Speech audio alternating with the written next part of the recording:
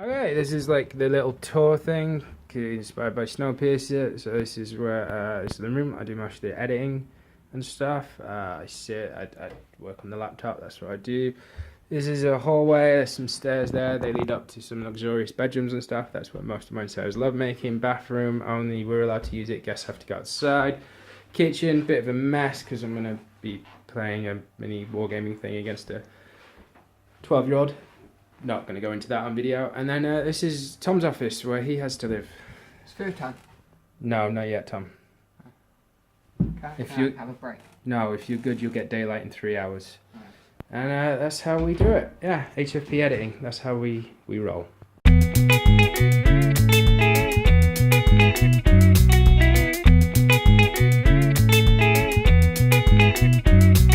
Rolling. Alright, I'm going to try for an intro. I'm going to go through a song. Okay.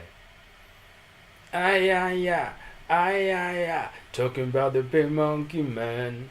Ay, talking about the big monkey man. I never saw you, I only heard that you were talking about the big monkey man. Yes, thank you for joining in, Tom. Thank you for joining in. It's one watch, so we're not talking about the monkey man, we're talking about things we've watched. Yeah. There we go, that worked. That fitted. So I've watched Planet of the Apes. No, I've not. They're not It would be monkeys, great. they're apes. They're not monkeys, they're apes. That's the whole thing that they say. You haven't, though, have you? No. I've got things to say when you do. But you've not, and I refuse. Fuck it. Like, I've seen Dawn and Planet of the Apes. I've never... Fuck that franchise. It's dead. I've watched a couple of things. One is a bit heavy, and then one's not. Both worth talking about. It's up to you if you want to start with either of those, or we could go what you've watched. Apart from one thing you've watched, which is Black Sails, the final season. We'll start with the heavy one. Okay, right. And then we'll line it off at the end. Damn, I just got myself hype and like silly with a bit of the specials. Start And now, no. I'd like to. Okay. Right, it's a documentary, and everyone should fucking watch it. It's called Shadow of Truth. A schoolgirl was murdered.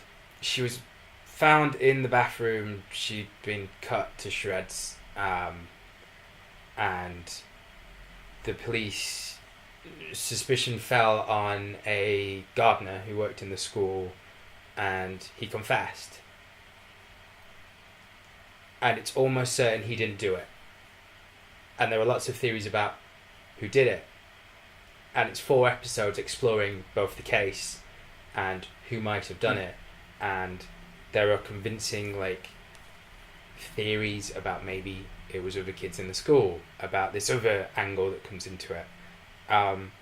It's all first-hand kind of interviews. There's interviews with the parents of the murdered victim, family members of people who were suspected, police officers, defense lawyers, the state prosecutor, kids who were in school at the time. And as you go through the 4, not just the murder, which is awful, but the way justice was or wasn't served, and also what might have actually happened, becomes more and more chilling and more disturbing as you go along. And it's in Hebrew, it's subtitled, but everyone is so goddamn honest about it and upfront. And what is amazing about this documentary is it's one of the most stylish fucking documentaries I've ever seen. They quote people and they write them in, and there's effects and music and pictures coming in and out, and every single effect is done to tell the story. Not one is a showy effect. Not one is there to look cool. It does look cool, but it's not done to make you feel, oh, how stylish and slick is this. It's done because it enhances the emotion they're going for at the time. And it's one of the greatest documentaries for what it is, how it presents itself, I've ever seen. There's Making a Murderer, which you've watched. I think I pushed you to watch that, didn't I? Which is amazing because it's so... it's a documentary at the time, and then retrospectively looking at it. Making a Murderer is another miscarriage of justice, potentially, probably, almost certainly, in America. And that's a really special documentary. Shadow of Truth is that kind of ilk, but it's more retrospective than camera crews were following things at the time. but it's the style of it and the way it executes its story that is absolutely, it's compelling. It's absolutely compelling, and it's, like I said, it's fucking heavy. Like, there were times where I had to pause, or my girlfriend Sarah had to pause, and we just had to take a moment just to take in what we'd just discovered or been told in this documentary. Yeah, so it was going to be a heavy beginning, didn't I? Yeah. Slipped out. Any questions, anything? And do you mind if I sip my tea while you do? I apologise, listener, viewer, whatever you are. You want to refer to yourself as. Style-wise, is it obviously a completely different style of documentary, but is it similar to The Animated Life of Floyd Norman in the way that everything that they do style-wise directly relates to what's going on? So, like, the tone and everything matches what's going through. Yeah, it either matches the tone or it sets the tone for what the next bit's going to be. Yeah. And there's stuff, like, there's some really shocking stuff in it, and some of the evidence they find and things. It's really, like, it's created a real storm in Israel where it, like, happened and stuff. I know the documentary I was reading, it had been called A Danger to Democracy by the state prosecutor, and the documentary makers said anyone who says someone committing free speech is a danger to democracy is themselves a danger to democracy. It's very, very good. Probably important as well. It's just very well done. Like, and everyone speaks, like, the mother of her murdered child just speaks so eloquently. The father, who looks very ill, they speak eloquently. At times people break in tears and stuff. It's just, it's the style. Sorry, going back to your question because I went on a bit of a tangent there. The style really fits the tone. It really works. There's not one misstep. Is it like Making a Murderer where like, you have the two sides, the people that are convinced that the guy actually did do it, and then people questioning it, or is it just everyone's sort of questioning it? Because you're saying that it's so obvious that he's not. You have some policemen who, and particularly the state prosecutor, who back the way they got evidence, and they back the court result, or they sort of, they say, like, look, we can't just investigate this because someone says it, kind of thing, when perhaps something else might have happened or theory. It doesn't really present two sides because it doesn't present itself as a side. It's not really, it is a miscarriage of justice on this guy, but it focuses way more on who potentially did the murder than the man who was convicted almost certainly wrongfully of the murder, if that makes sense. Whereas Making a Murderer, it did have some attention on who the murderer was, but they didn't really go that angle because the defence didn't go that angle. The defence went more for, well, how, you know, you've got two stories you're convicting two guys on and they contradict each other. You can't use one for that kind of, you know what I mean? Yeah. Whereas with this, it's the guy confessed, which. In this one, the guy confessed, and when you see how he confessed, what they did to get the confession, you sort of, it's remarkable. It is definitely one to watch. It's on Netflix. I think I started watching it ages ago, but because it was in Hebrew, like, I wasn't in the mood where I wanted to, like, really focus on something. I thought it was going to be more making a murderer, where it's like it's spread out and you can sort of, you're involved, but you're involved because of what's going on, as opposed to being forcefully involved. Being a master of the English language, I assume you consider yourself that, at least fluent in English, if not a master of the language. Yeah. You are not unconfident in your abilities with the English language, even though that shouldn't be a fucking word. Yeah.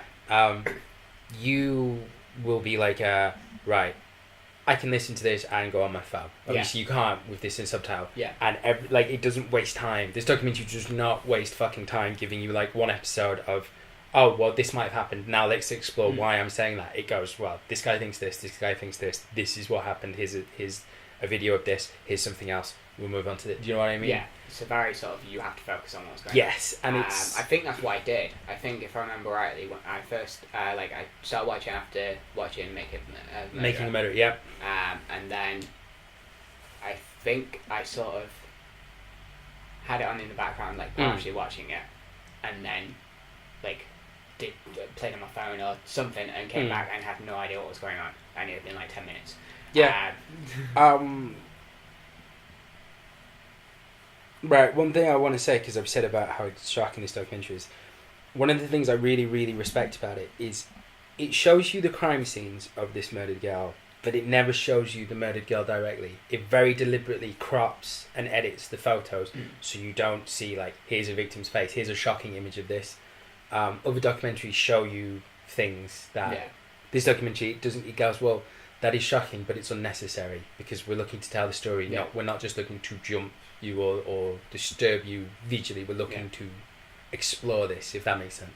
Like I said, it's a really fucking good documentary. It's so stylish, and it's style with substance. It's that perfect marriage of, like, the substance is really well handled, and the style in which they handle it is perfect for the substance they're doing. Does that make sense? Yeah. Any more questions or anything? Because it's difficult, because I can't go into... I don't want to go into details because I don't want to spoil any of that. Yeah, it seems like something that you have to watch rather than something that we would talk about, maybe not in a one watch after I've, like, seen it, or maybe in a one watch that's just got spoilers right across the front. It's like, if you've seen this, it's when we talked about, we start these one watch, they're combos about films we watch, but there are times where it's like, well, we don't really want to spoil that if one of the 7 or 8 people who listen to these is actually listening and hasn't seen it. We don't want to ruin if it's good. One of the things about, like, even if it was this documentary, I would say, oh, I've been watching this fucking shit happened, and then I would probably say, do you want me to spoil any of it? And then you would say something like, I'd like to see it myself. Glow, that fucking happened with Glow. I told you about Glow. And I was like, do you want me to talk about Glow? And you were like, no, I'd rather just watch it. So you just fucking went and watched it. And then we had the combo where we both know what happens. But obviously, I feel like, even though this is our combo, you haven't watched it, so you wouldn't want me to spoil it. But even if you had watched it, do you want to spoil it for a listener viewer? And at this instant and this juncture in where we are with One Watched, I feel that's not. No, if we did, it would be its own episode purely about that. Yeah, listed, and it would say, this is a spoiler, we are talking in detail about this thing. Yeah, we're going to go into it, motherfuckers. It's going to be a great combo, but you're either going to have it spoiled or you're going to have seen it already. Those are the 2 requisites. Yes. Yeah. Okay, that's so Shadow of Truth, Netflix, 4-part documentary. I think it's like 40 minutes an episode, something like that. It's really fucking good. Fair play. Don't watch them all back to back though. Give yourself a break. No. Yeah, right. That's the serious one out of the way. So tonally, we're serious. Boobs. I've got a much lighter hearted one. Oh, good. We need that. The Santa Clara Diet. Or Santa Clara Diet. What? It's called the Santa Clara Diet, I think. Right. Is this a film? It's a TV series. It's a TV series, right? It's the Santa. I think it's Santa Clara. Right. Santa's in Santa Claus. It's like Saint, like written Sainter, but it's like a place. Yeah, right. And it's basically a middle class family. Right. Oh, is this America? Yeah. Right. It's a very middle class family. Cool. Where in America are we? Roughly. Santa Clara. Okay. Right. So we have, like, let's go for, like, different bits of America. We've got our, like, New Yorky city type areas. It's suburby, like. Is it like more Bible Belt? Hicktown's probably a bit and so. More of the Bible Belt, like Texan, sunny all the time kind of place. Is it more like the Home Alone, like mid-state place where it's like snowy and rainy? It's sunny all the time, but it's kind of. It's probably like Midwest, but like. The burbs. Upper is it class, the burbs? Yeah, right. Yeah. Sort of. Big lawns and howdy neighbour. I assume they're white then. Yes. Yeah. Okay. Well, most of them are white. Yeah, I'm sorry. White. It's because of what I know in America and how they present. It's not. When I say that, I mean when the burbs are shown in film and television, it's always a white family. Yeah. 2.4 usually kids. I don't mean black people don't live in the burbs in America. They fucking do, and I know they do. You just don't see it on television much. Yeah. or film, because everyone's lazy and racist who Yeah. writes films. Yeah, basically. Yeah. It's Everyone, including us. Yeah. We actively go against it all the time. Go against what? So we have like pictures of like characters, and then we go, we're going to make it this character. Oh, we try and We just go, right, what does the sex or race of this person matter? No. yeah, and then that's true actually, Yeah. we do. And then when we find someone who is of a minority, Yeah. right, this is one of those where I'm making more of a meal of it by Yeah. now. Someone who isn't just white, Yeah. we then like talk to them and say, look, in this part that would make the character not completely white. Yeah. Would the character as written still work, or do you need to change anything Yeah. to make it fit? Like, Yeah. does this feel like a white person's idea of what your character would do Yeah. now? Because we've just wrote this as a generic character, and now, do you want to add any of? Yeah. And that sometimes that works. Yeah. Sometimes they go, it's weird. I'm not Yeah. well with you. We do that because we're both male. We do that with basically most of our characters because most of our characters are female. Tend to be, yeah. We very much go, does this seem like something that a woman would say? If not, Yeah. change it. But those Because, but yeah. women, female. There are mainstream female Yeah. roles now. Usually Yeah. white women. Yeah. But yeah. So it's a middle class family. Yes, In the, tangent there. Yeah, we're yeah. still on that. We In we're in the burbs. Yeah. And they're like real estate agents. Yeah. And it's not explained how. And the whole family were real estate agents. Like, how old are the kids? There's like one kid. Right. How She's old? like a teenager. Okay. Sort of thing. Is she like an adult playing a teenager? Is it? Possibly. I don't Cool. know. She's Okay. not. She's not like. She looks like a teenager, Mm. but she could be an adult playing a teenager. And for some reason, not really explained why, the wife of the family becomes a zombie. Basically, but not like Okay. but not like a normal like what you think of as a zombie. A regular representation of a zombie. Yeah. Brains. Yeah. Yeah. Instead, just like more the fun zombie that actually knows everything that's going on. It's just she fucking wants to eat your people. Can she talk and everything? Yeah. Does she try and battle her compulsion to eat? No, not really. No. Okay. They sort of they do it in quite a fun way. Like they basically she's dead. Mm-hmm. Like all signs are dead. But she's very much like undead. Right. And like one of the main things that she has to battle with is that zombies have no impulse control. Right. So at first, like she's eating normal, she's just eating raw meat and stuff. But then as soon as she has a taste for human flesh, can't eat it anymore.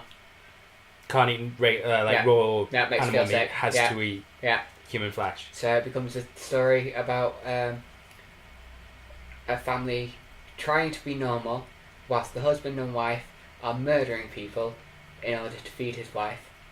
Right. And figuring out how best to do this, including having a freezer in a storage thing, so that they can hide bodies in there, because frozen is the next best thing to fresh. Okay. As a concept, I really fucking like that. Yeah. I really like that. It reminds me, there's one, I've never actually watched it. It's like a woman who's a zombie and she works as a coroner or something. iZombie. Is it iZombie? Yeah, Right. it's very similar in style Okay.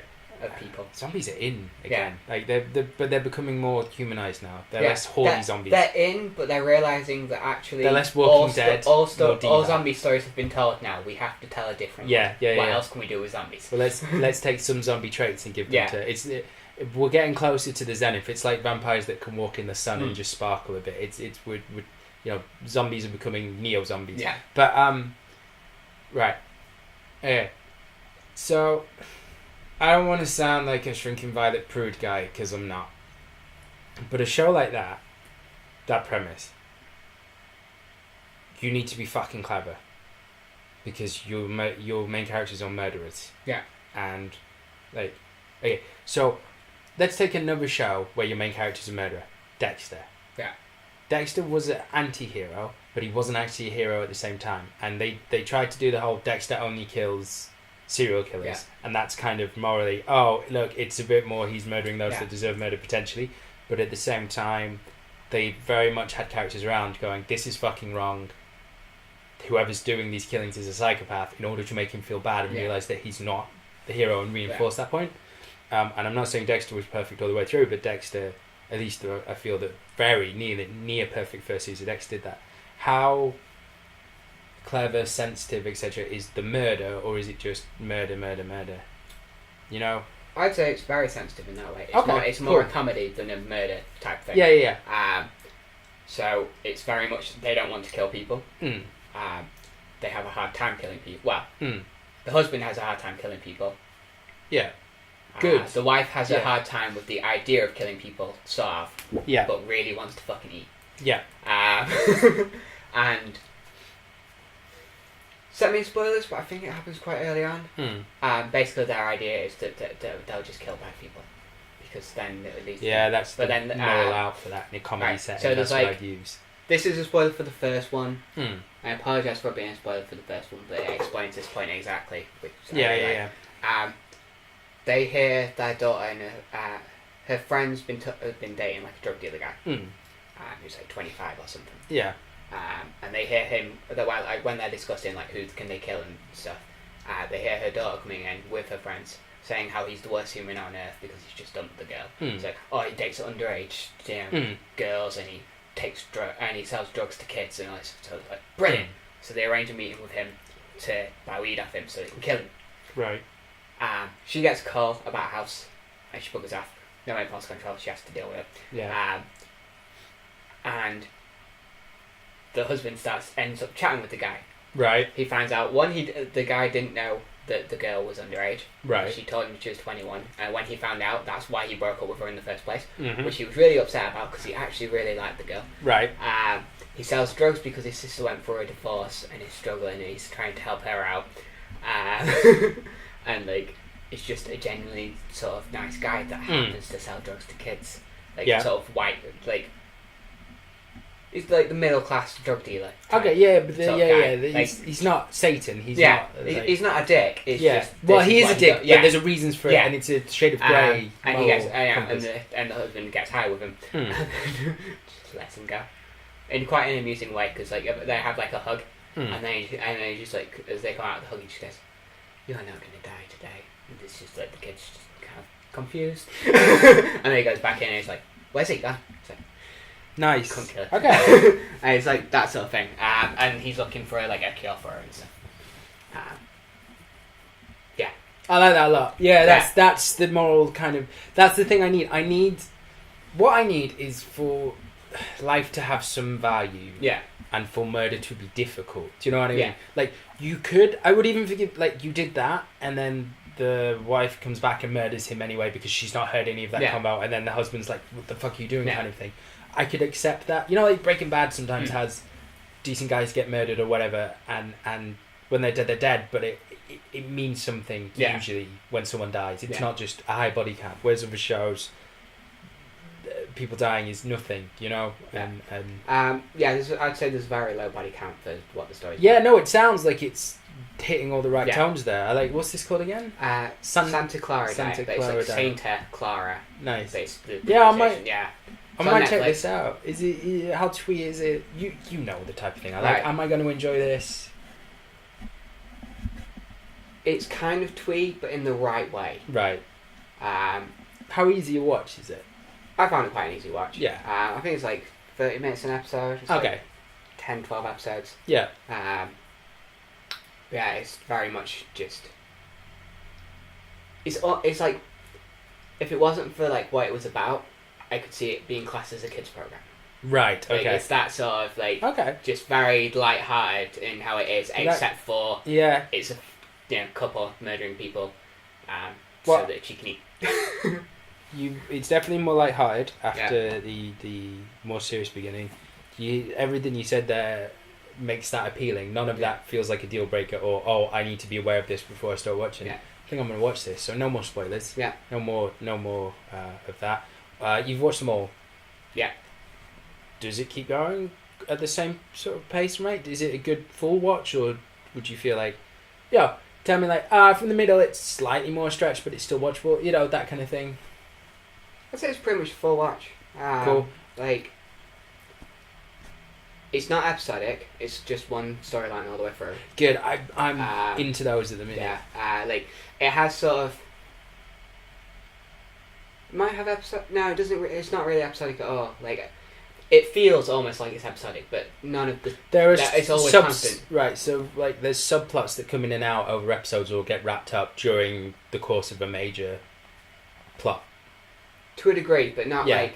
It's not even like the standard of like where like Buffy had like continued that where it was like. Oh no, I would say it wouldn't Buffy's have- episodic. yeah. No, I mean like well, I don't know. I don't have any examples for that. I'd So say it's closer to being episodic to things like Parks and Rec, okay, maybe. Mm. So like. characters are progressing, their lives change. Everything's constantly progressing, but each episode sort of is its episode. Has its own thing going on. I as well. think. Okay. Yeah. Cool. And final question. Obviously, you've watched the first season. No spoilers. Is the ending satisfying? Oh, that's a long fucking The end, pause. I feel like there should be another season. Will there be another season? Have I you don't looked into know. this? Okay. But at the same time, I don't know what they would do with the next season Mm-hmm. because of what they do at the end of this season. Okay. Okay. Yeah. I can live with that. Okay. Yeah. It's like the last 10 minutes. What Yeah. they do in the last 10 minutes makes you go,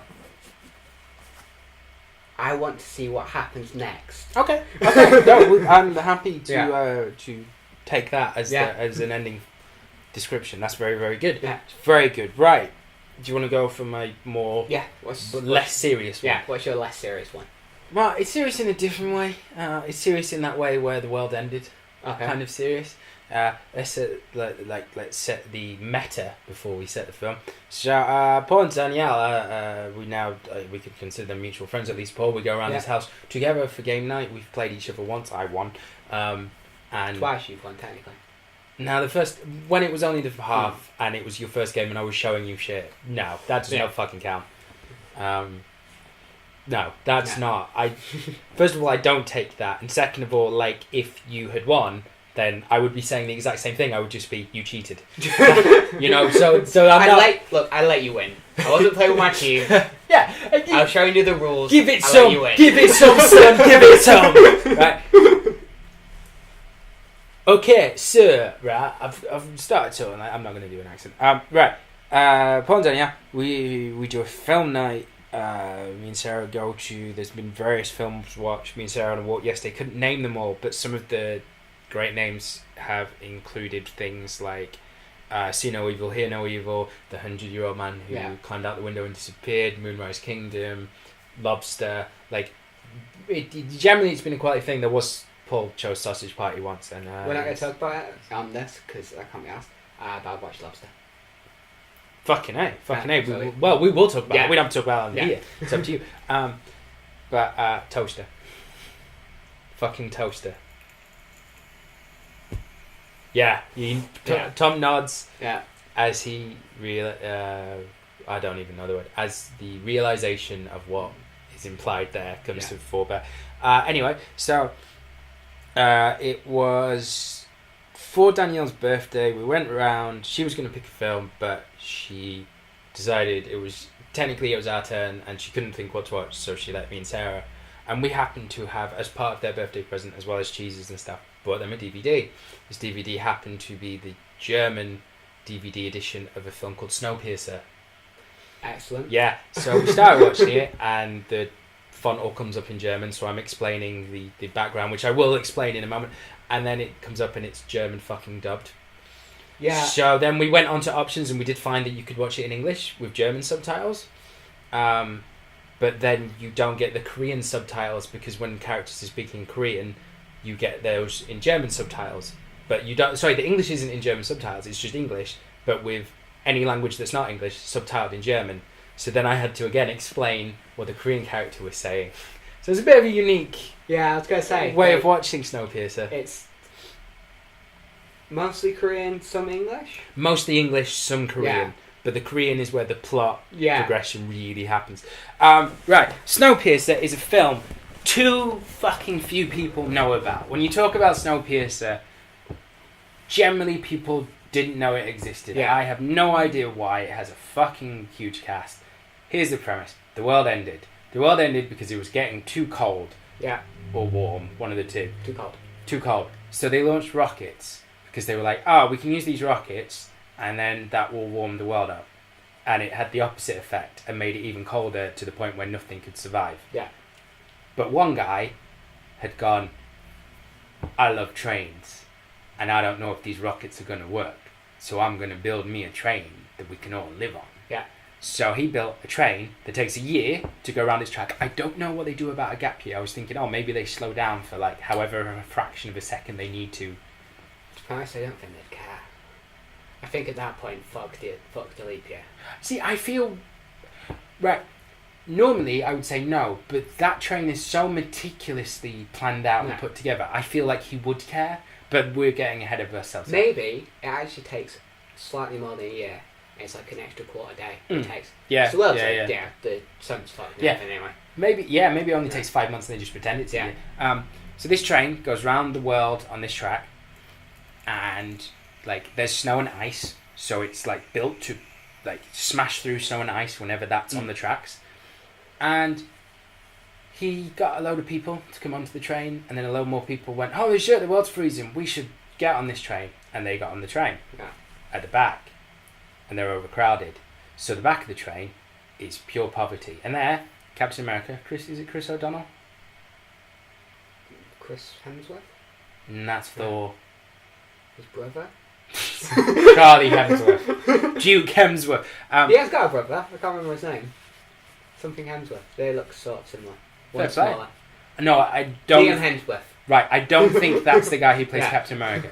The guy who played Captain America, who also played Yeah. Johnny Storm in Fantastic Four, if you care. Yeah. Billy Elliot, and some others, including John Hurt, R.I.P. John Hurt, the original chest burster from Alien, John Hurt.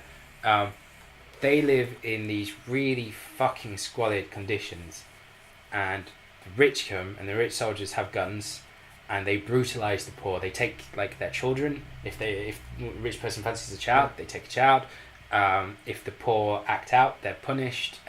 One of their punishments involves the removal of limbs in very brutal, harsh fashion. They give them speeches, like really patronising kind of speeches, and the poor are like overcrowded and suffering, and they decide to rebel. And their rebellion, it has swings and roundabouts, but slowly you go through the train. And as you go from the poor to the rich section of the train, you see this incredible opulence. There is a carriage where they literally grow tomatoes and things with soil. There is a carriage that is almost entirely fish. And this fish is kept as an ecosystem and used as sushi. And then they keep going forth and forth and forth. There's drugs, there's stuff.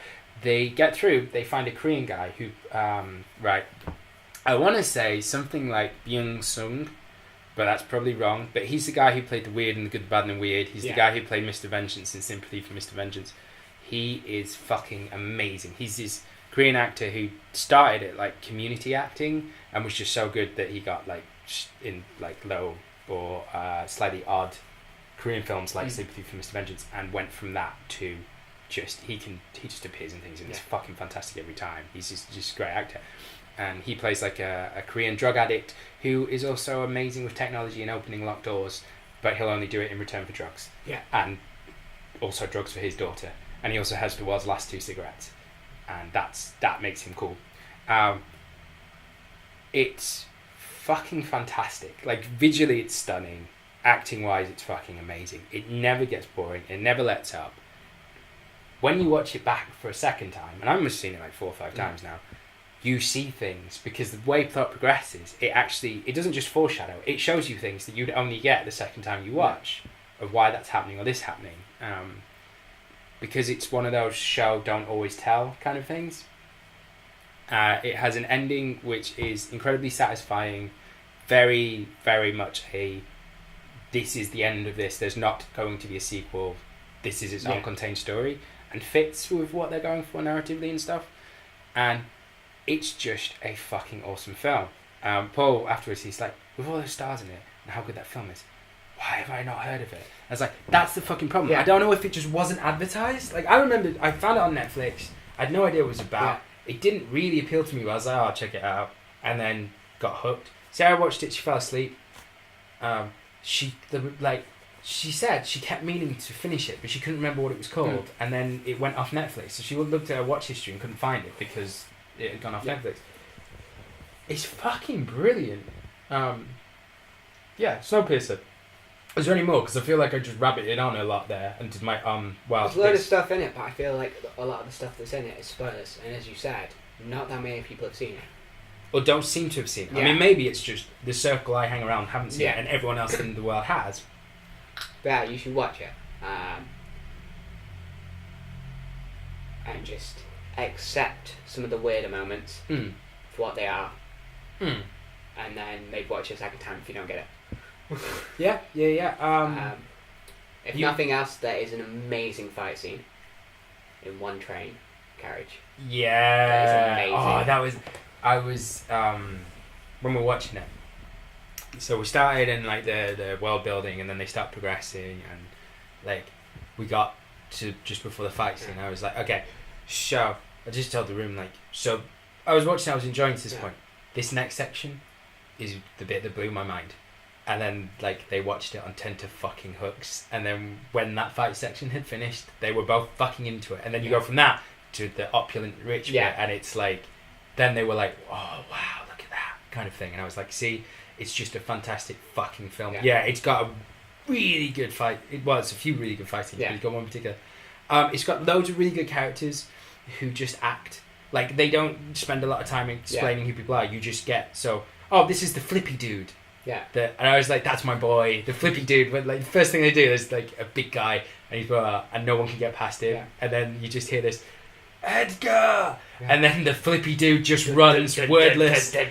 All the way from the back, just this long, amazing like track system. For a diving drop kick. Oh, it's fucking amazing. Yeah, it's so good. There's so many hype moments in it. And yeah, it's really fulfilling and satisfying. I would recommend watching an English version where you can get the Korean subtitles rather than the German. It might be on Netflix. It's sometimes on Netflix. It goes off and on. It wasn't when last I looked, but it might come on Netflix again. Hopefully it does. I know I saw it on Netflix, and I know I saw it on Netflix after it had been taken down once. Was it me pushing you to watch it? Yeah. Because I think you actually told me that it had come off on Netflix, and then it came back on, and I watched it. I think it's one of those that goes off and on constantly, sort of. It might be like part of a group of films that they buy every so often.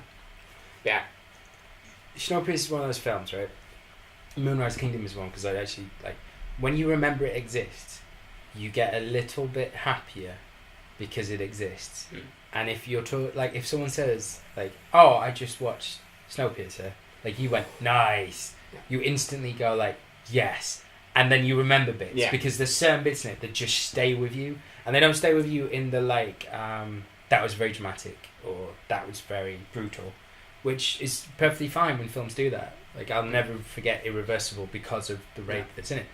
But when you get a film, it's like, oh, that fucking action scene, or that, I remember that moment, or that fucking bit. Yeah. Like, it's just a great film to talk about and enjoy, because it's fucking good cinema. Yeah. Does that make sense?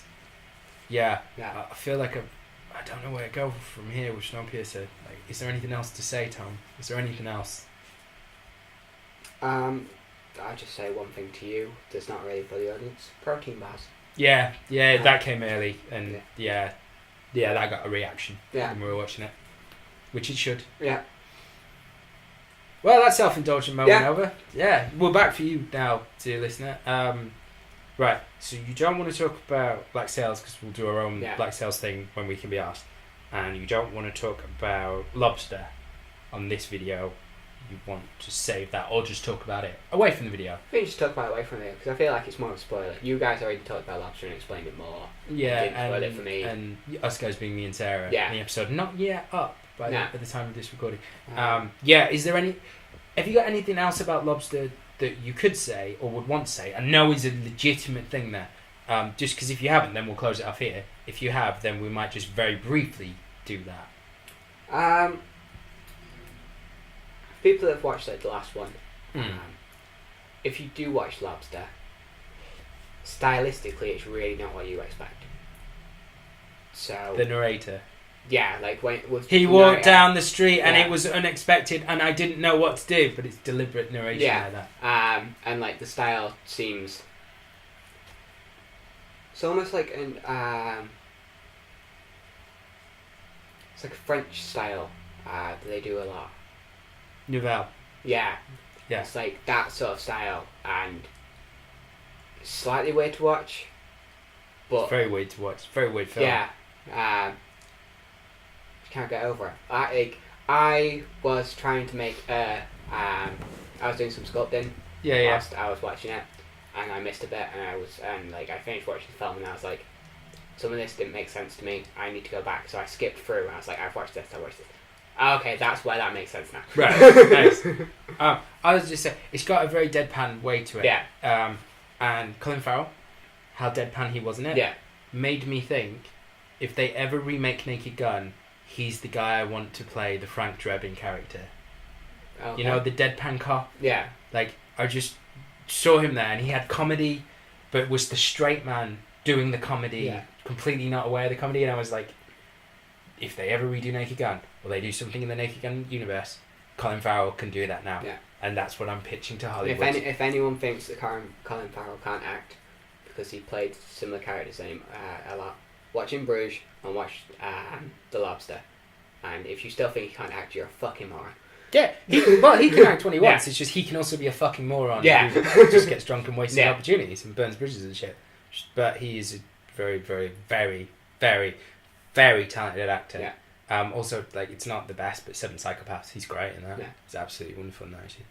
Yeah, close it off then. I don't know if I'll put Lobster in the description or not. Nah. So sorry if you read Lobster, go. There's another one watch talked about it, but you should probably just watch Lobster. Yeah. I think you'd agree. Watching it is Yeah. a great idea. Right, that's it. We're out.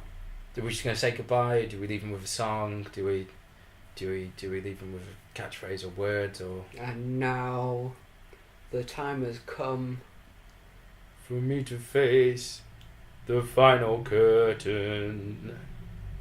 Something. I killed a cat. That's the Sid Vicious version. Yeah, some of the words. I did it my way. Bye!